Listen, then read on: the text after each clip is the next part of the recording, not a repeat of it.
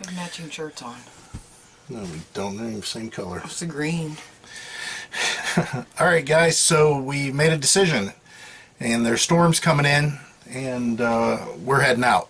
What have you been up to? I've been riding on a daydream. So we went ahead and hooked up the truck and everything. It's about 7:30 at night. And yeah, we're going to truck out and just see where we go. We've got until, I think, Lexington. Heidi will have to look it on the map. Oh no, we're figuring it out now. Before we can make a decision if we're going to cut across and go to West Virginia or if we're going to continue northward and back the way we came. So we got a few miles to make that decision. We'll see what happens. But we pretty much got everything buttoned up. We took showers real quick. We got to go up and empty the tanks and do a good flush on the black tank. And then that's it. We'll be out of here. So we'll pick this up on the road. Here we are. We're driving. We're already in Kentucky, and looks like we'll make pretty good time. I don't think we're going to be going through West Virginia. Heidi talked me out of that, which is probably a good thing.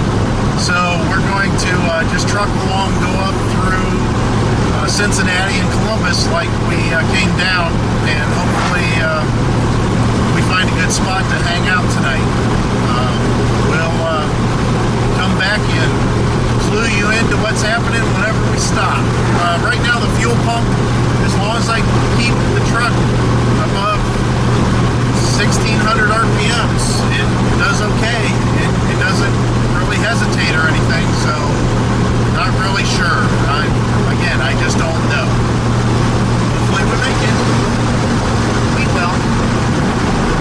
will. It's about 1 o'clock in the morning. We're in Georgetown, Kentucky. And we stopped at a pilot truck stop. We were hoping to find some place to park, and there's actually 2 pilot stations. And we went to the first one, it was completely full, and then we come to the second one, and quite honestly, the truck fumes are pretty bad. We're just in the truck. Yeah, I can't imagine, you know, us sleeping in the camper with the windows open, because obviously we don't have a generator to run to run the air conditioner, and we can smell a lot of diesel. On top of that, one of the guys came in here and was nosing in instead of backing in, and that would have put his stacks like right the exact same level as our camper, so that wouldn't have worked so well. So we're going to go back out on the expressway. It's only about 6 minutes away for us to go to a Walmart Supercenter. I was hoping to come here because of having the restaurants and gas stations and all that stuff, but we'll go south. We'll have to go through a little bit of construction. Of course, nobody's working at this time of night, and we'll stay at Walmart. Hopefully they'll have us. And then at that point, when we leave in the morning, we can come back up this way, get off at this exit, and then visit the restaurants or the gas stations or whatever we want to get gas, and then mosey on home. Stayed the night in the pilot truck stop that we were at the first time. After I closed off this video last night, we were saying that we were leaving here because of the fumes and that, and we went down the street to the Walmart, and that Walmart parking was just not friendly. Even though there was a couple of RVs there, they were just kind of all over the parking lot, and there was no way for me not to take up a bunch of parking that seemed to be critical. I don't know, because it seemed like it would be used. There was no corner that you could go to and just hide. It was like a shopping center parking lot, yeah, not just Walmart. Yeah, it was really strange. The Walmart was in a plaza, and we couldn't do it. So we left there, and we decided to go to the rest stop that was in between here and the Walmart on the way back. And we pulled in there, and forget about it. It was packed, and there was dead ends, so I had to back up I don't know how far, and I was tired, and I just didn't want to deal with it anymore. So we came back to the original truck stop. We backed in, the site's unlevel, but we slept okay. It's warm. It had been really nice because all these trucks around us. if we had a generator, we could have fired it up easily and just run it and nobody would have cared. The propane kept the fridge nice and cold. Still, it's 20 degrees in there, so no issue there. We'll hit the road now and start heading out and pick it up whenever we got something a little bit more exciting to say. Now, I know that we're going to have to put some gas in the truck probably before we head out of here, and the back tank, we decided to put gas in it because I ran it all the way down to where it was on E. Again, no issues once you're above a certain RPM. It runs just like normal. So when we put gas in that rear, we'll have to not fill it up quite all the way, top it off, but we'll put about 30 gallons in, I guess, or something close to that, just to get us home, make sure everything's okay. So let's go. Yeah, here's what it looks like. We're next to some pond scum swamp or something back here. I don't even know what all that is. Kind of odd. Somebody's got a little trash pile here. I got to do a walk around to the camper and make sure everything's okay. And we got a truck that pulled in next to us, and man, is he really close, but I'm close to that yellow line, so. We're in Ohio, which is nice. And we're stopping for breakfast because I'm hungry. It's 9:43. I wonder if the time change must have happened, huh? Yeah. So we're going to go into IHOP. I haven't eaten at IHOP. I can't even remember the last time I ate at IHOP. Me either. Might have been in the 80s at some point. That's all I can, last time I remember. So, yeah, we're going to go in and get something to eat. And then get back on the expressway. We are trying to take a little bit different route home. We noticed that our GPS loves to route us through cities. It really tried to route me through Cincinnati, even though Heidi, our navigator, got us on bypass to go around it, and it was telling us to get back to 75 instead of staying on 275. And we're going to take that into Columbus and then shoot across the bottom of Ohio and over to Cambridge, which will get us to 77, and we can take 77 north all the way back home. That way we're not traversing the same terrain that we did before. And we traveled 77 a lot over the years. Lots and lots of times. Boring. It is a little bit boring, but we know it. There's no surprises, and yeah, we want to try that instead. So we're going to go in and get something to eat, and we'll rejoin whenever there's something happening again. Okay, so we stopped at a rest area so Heidi can use the potty, and we found something out. There's a bunch of people here that had football jerseys on and stuff like that, and we're all going to basically the same area.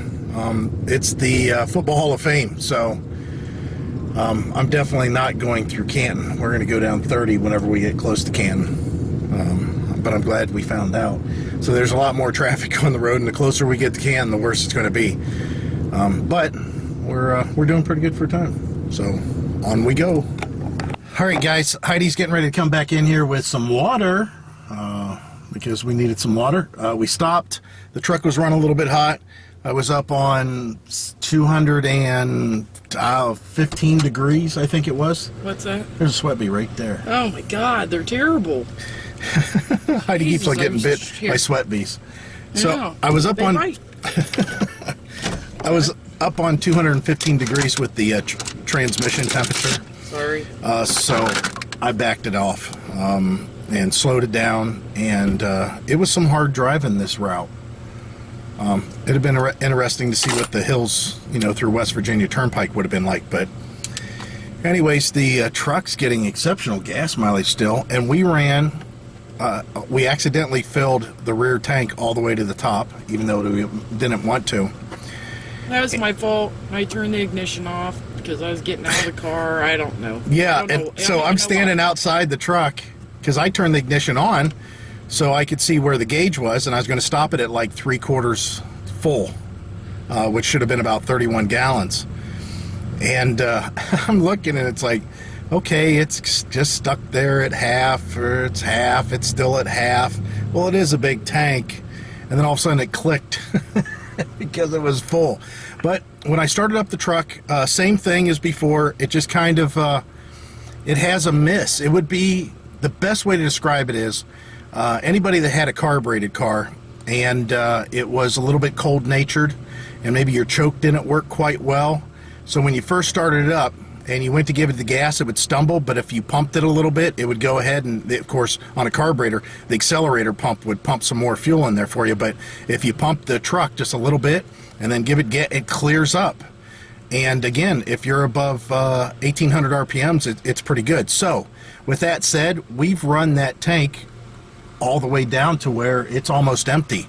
And I've gone 400 and how many miles was it? Here, I'll tell you. We'll see here in just a second. I've gone 462 miles, which 29 of that was on the front tank. So we've gone basically 430 miles so far on that rear tank. Now, I'm not going to run it on the rear tank anymore because we've got a full front tank, and maybe when I'm out on the highway and we're almost home, I might try to run that rear tank to get it completely empty, because obviously I've got to look at the fuel pump. There's something going on there. So we're almost home. We got about 70 miles to go, and we're going to be back at home a day early, which was really nice. The camper attendant, she's going to cut us a break, and since we checked out early, she's going to break a day off and refund us, which is awesome. Look where we're at. We're back at home, and yes, it's the next day. I haven't shaven yet or anything. We just kind of got excited when we got back to the house. We left the Wendy's that we did that update from, that we were talking about, Sweat Bees, Fight 90, which they're still kind of, the bites are kind of bugging her. And we drove back. Everything was uneventful. The truck did really good on gas. I'm not sure overall what it'll be.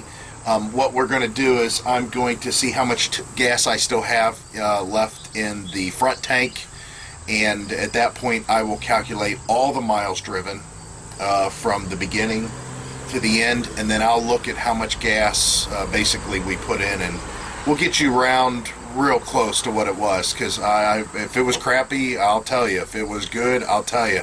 I don't have any reason to hide it one way or the other, but I think it did pretty good. From what I can tell, I mean, just doing rough math in my head, it's not bad overall. So, Heidi got some stuff out of the camper yesterday. I still got almost all my clothes out in the camper. I've got all kinds of stuff that I need to get out of there so we can kind of return to normal here for the time being. And one of the normal things that I have to do today is, she's been running the kids around. They're going to work, picking them up, that kind of thing. Since she got back a day early, she's off. She gets to just lounge around. So I will mow some hamburger buns, it looks like. I forgot. I threw this out. After I threw them out, I'm like, crap. So I will do some string trimming today, and just yard work, maintenance. Heidi's taking care of some laundry, and yeah, overall it was a good trip. It was great. Yeah, it nice wasn't and relaxing. Yeah, I'm happy. Yeah, it was not bad. I'm gonna have to address that rear tank issue at some point. I was thinking about it today. I wonder if I buy a really good fuel pump, if that's just all it needs. You know why I say that? Fuel pumps, the hardest part for them is to draw, and they only have so much lift they're rated for. So now that I dropped it deeper in that tank, I wonder if they have a harder time lifting it. Who knows?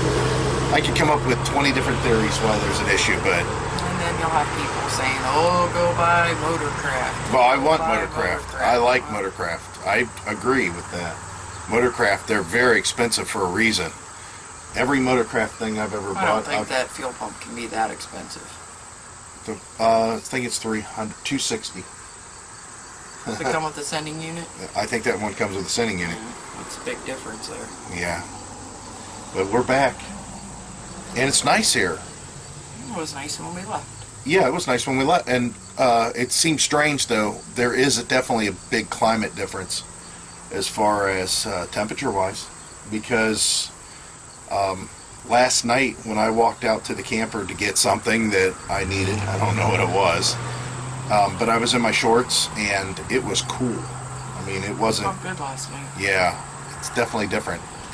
But that's it, guys. That's our whole trip in a nutshell. I know the last couple days of the videos here were kind of bunched up because it was some weird stuff, seeing how we left the day early, and I had already edited for that day, so we got the last video was day 7 and 8 kind of combined, and then I guess you could call today day 9, but it's really just the next day after the day that we come back early. So that's it. I hope you guys enjoyed this, and look forward to our next trip. And of course, we'll be doing more projects on the camper. Thanks for watching, guys, and as always, we hope to see you out there. Bye. Bye.